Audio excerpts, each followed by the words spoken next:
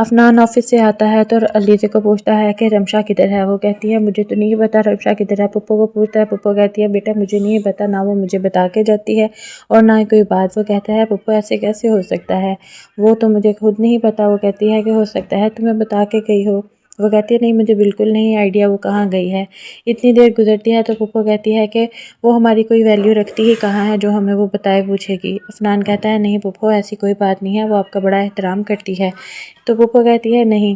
اتنی دیر میں رمشا آ جاتی ہے تو رمشا کہتی ہے میں آ گئی ہوں۔ تو وہ افنان کہتا ہے تم کہاں گئی تھی؟ وہ کہتے ہیں چاچا کی طبیعت نہیں ٹھیک تھی تو میں ان کا پتہ لینے گئی تھی۔ تو افنان کو میں تمہیں فون کیے تھے، تم نے کال نہیں اٹینڈ کی، میں پپو کو بتا کے گئی تھی۔ افنان پپو کا منہ دیکھتا ہے، پپو کہتی ہے مجھے تو بالکل نہیں بتا کے گئی، ایسے کیسے ہو سکتا ہے کہ یہ مجھے بتا کے جائے اور میں نہ بتاؤں تمہیں۔ رمشا کہتی ہے کہ پپو آپ اتنی آسانی سے کیسے جھوٹ بول سکتی ہیں، میں نے آپ کو خود بتایا تھا۔ افنان کہتا ہے تم کیسے بات کر رہی ہو رمشا، کس طرح بات کر رہی ہو ماما سے، افنان تم اسے کچھ کہہ کیوں نہیں رہے۔ افنان پریشان ہو جاتا ہے، وہ علیزہ کے پاس جاتا ہے اور علیزہ کو کہتا ہے تم دن بدن بدتمیز اور بے لحاظ ہو رہی ہو۔ رمشا کہتی ہے کہ تم مجھ سے ایسی بات نہیں کر سکتے، پپو میرا اتنا نقصان کر کے بھی میں ان کی عزت کیسے کروں۔ افنان کہتا ہے پپو نے بدل لیا ہے، تم بھی اپنا دل صاف کرو۔ یہاں پر شانی جو ہے وہ اپنے گلٹ میں بیچارہ پھنسا ہوا ہے، اس کو لگتا ہے کہ میں نے بہت زیادہ رمشا کے ساتھ ناانصافی کی ہے، وہ میرا اتنا خیال رکھتی تھی، میرے سے اتنے پیار سے پیش آتی تھی، یہ میں نے اس کے ساتھ کیا کر دیا۔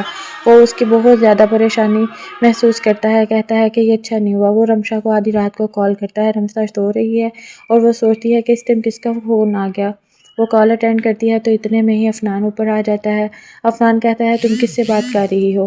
وہ اپنی صفائی دینے کی بہت کوشش کرتی ہے لیکن افنان جو ہے وہ اس وقت شک کی آگ میں ہے، وہ اس کو بالکل بات نہیں سنتا۔ کہتا ہے کہ تم مجھے دھوکہ دے رہی ہو، مجھے لگا تمہارے ساتھ زیادتی ہوئی ہے، میں تمہیں دیکھ کے آؤں تم سوئی ہو کہ نہیں، لیکن یہاں تو تم اپنے ہی کسی مسئلے میں مصروف ہو۔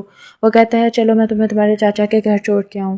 رمشا اس کے بہت ترلے کرتی ہے لیکن نہیں، وہ پھر اس کو چھوڑنے آ جاتا ہے۔ وہ کہتی ہے کہ اگر ہم کوئی غلطی یا گناہ کریں اور اس پر شرمندہ ہوں تو اللہ بھی معاف کر دیتا ہے۔ افنان کہتا ہے کہ ایسا نہیں ہو سکتا، وہ اللہ کا ظرف اور حوصلہ ہے، انسان کے ظرف کی بات نہیں ہے کہ وہ اتنی جلدی کسی بات کو معاف کر دے۔ یہاں پر رمشا کے چاچا چاچی جو ہیں وہ سونے کی تیاری کر رہے ہیں، اتنے میں رمشا آ جاتی ہے۔ رمشا چاچی پوچھتی ہے کہ رمشا آپ کو ریویو کیسا لگا کمنٹ سیکشن میں بتائیں اور چینل کو سبسکرائب سبسکرائب میں کر دیں۔ یہاں آ گئی۔